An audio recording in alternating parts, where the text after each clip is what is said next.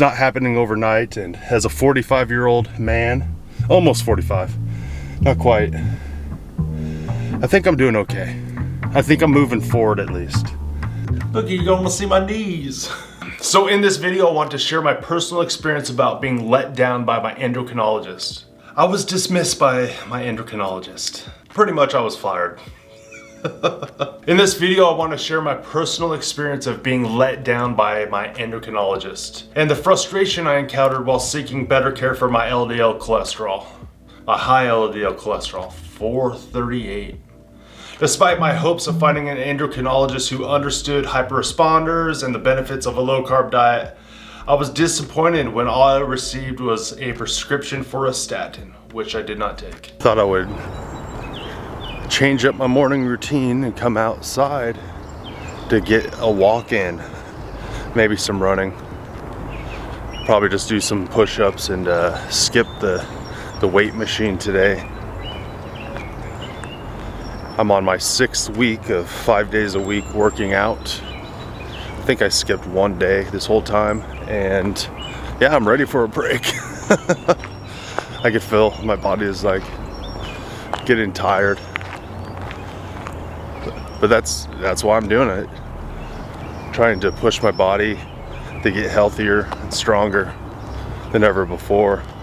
Thought maybe I'd do a little mashup video of me talking in my office in the studio and then me out just doing some exercise.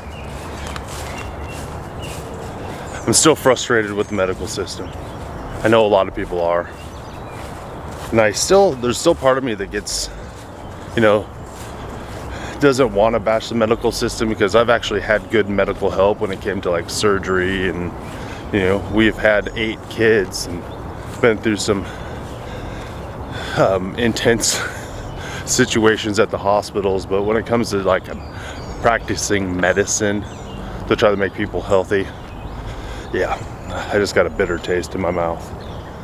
So my doctor didn't know what to do with me at my last appointment because of my LDL being 438. And that cholesterol levels being high, said it was the highest he's ever seen. And since I wasn't taking the statin, he thought he'd send me to a specialist.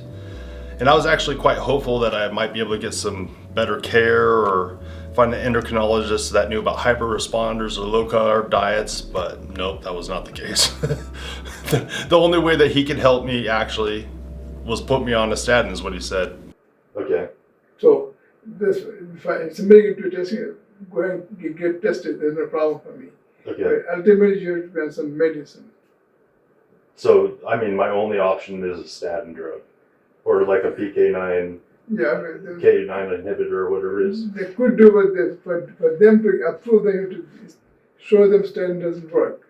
Not trying to be rude, but when I went to that doctor's office to see that endocrinologist, I looked around, I was like, I am the healthiest person, the most fit person in this entire office. Why am I here? I feel good.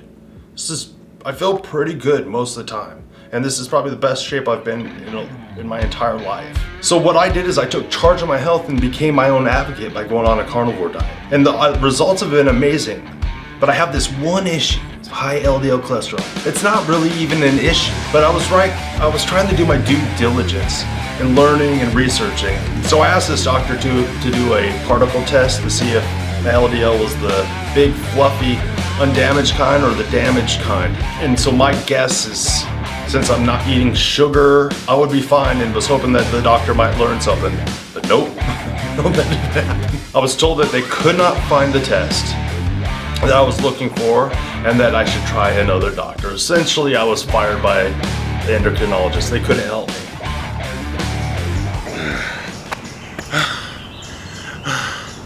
Still not as strong as I want to be. Whew. Yeah. So I still haven't called the other office that they said I should try, because I don't know if I want to go through this again. It kind of made me feel like garbage, but it also made me actually feel quite empowered that I stuck up for myself.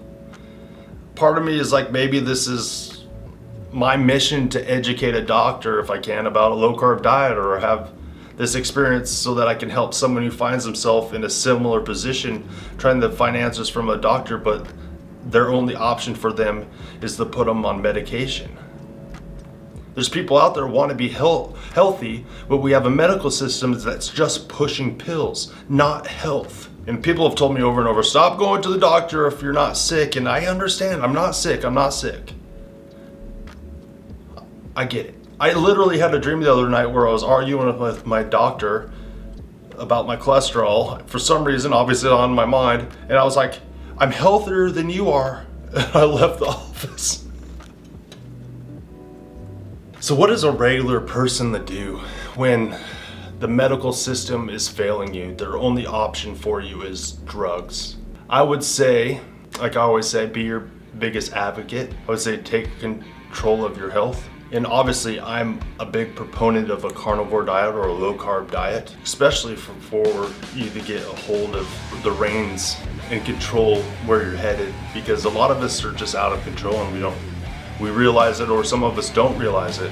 We're addicted to the carbs, we're addicted to sugars. We are taking the easy way out most of the time. We don't put in the work. A lot of us are getting old, but no, we're not getting old, we're getting sick. We're much sicker than we are old, and we're getting robbed of precious years of our lives. So when I go to an endocrinologist and I try to work out these medical issues, I'm doing it obviously for peace of mind for me, to some respect, but I'm at the point where I've learned enough that I understand that a lot of these doctors, or all the ones I've been to, have only been trained to give the medication. And I've heard people say in other videos, like comment, just listen to your doctor. I am healthier than my doctor. And I know that's just easy to say and seems a little bit crass, but the only marker for health that I have as a problem is high LDL cholesterol. But they couldn't do that subfraction test. I'm not sure he even knew what it was. They cannot help me if I don't take the drugs.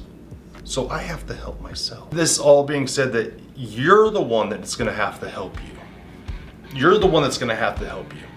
You're gonna have to take it seriously. Fortunately, there's a lot of people on the internet that have put out a lot of good content. Dante Ferrigno, I was just on Dave Max with No Carb Life, Dr. Ken Berry, Dr. Sean Baker, some of the ones that I watch quite a bit. And there's resources for people that are on low carb, no carb diets, keto diets and stuff like that. The information is out there. I'm here to help too. Here at the Kobe Life, I've just made this my thing, documenting my story, and I'm passionate about it now. I find myself very passionate about it. I'm angry about being fired by my endocrinologist. I'm not surprised, but I'm angry because I feel very devalued. It made me feel like garbage. And I would like to hope the medical system was actually around to help me. I would like to think that there's doctors that care about their patients. I like to think that they want to do no harm. I like to think these things, but I think there's too much money involved. I think there's too much bureaucracy involved. And I think there's too many limitations so people don't get sued involved. And obviously some of that protects people, but a lot of it also strong arms good doctors from practicing medicine. So I'm thankful for anyone that's out there just advocating for a low carb, carnivore style diet. Keep up the good work.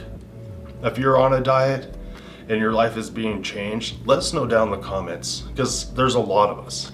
We need a better healthcare system, one that just doesn't push pills, but gets to the root problem. Sure, diet can't fix everything, but it can fix a lot. Sure did in my life. See if I can film both these at the same time. So,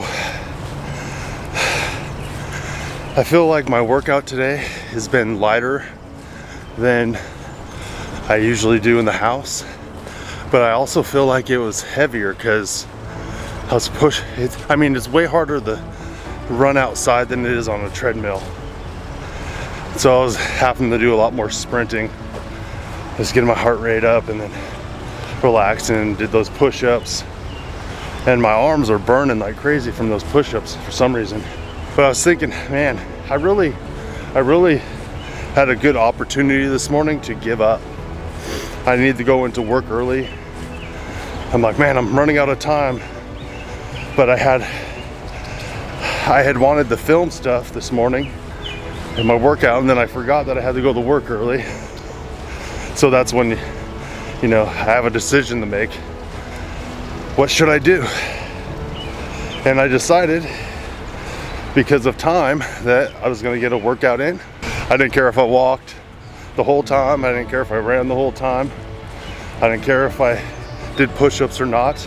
I just kind of went with the flow and saw how I felt and did something. And I have this feeling, this correct feeling, that as it gets warmer this summer, which is gonna be about 90 degrees today in Ohio, that I'm gonna have to work outside more and more because there's no air in my garage. It gets very hot. And sure, if I want a nice sauna, sweat, I can go out there, but you know, being outside, getting the fresh air is nice too. And it also helps your soul in other ways than just the exercise. Because a lot of times I'll be in the office on the treadmill, watching TV, typically sermons or watching YouTube videos, so I could keep up with all the people out there doing good work, being advocates for people to get on carnivore diets or low carb diet. If I could tell someone to do one thing to get their health better, I would say cut out all processed foods, carbohydrates, and sugars for at least 90 days. And then maybe if you feel that you've reached a good goal or got control or reins of your health at that point, maybe wrap it up to 10 carbs a day. And I'd say stick there, depending on age, stuff like that. I wouldn't go over 100 for sure, but I think 100 is way too high and not necessary. All right, I'm getting back to the road and people are staring at me like, why is this guy walking around with 2 cameras? Because I'm awesome, and I got a bunch of viewers that are awesome, that motivate me every day, that get up, that continue to do this diet. And I want to document some of my wins and my losses, the blessings and the curses I feel. Well, I made it back to the truck and I lost my key. No, I didn't lose my key. I lost the cover to my 360 camera. So I guess I'll run and backtrack and get an extra workout.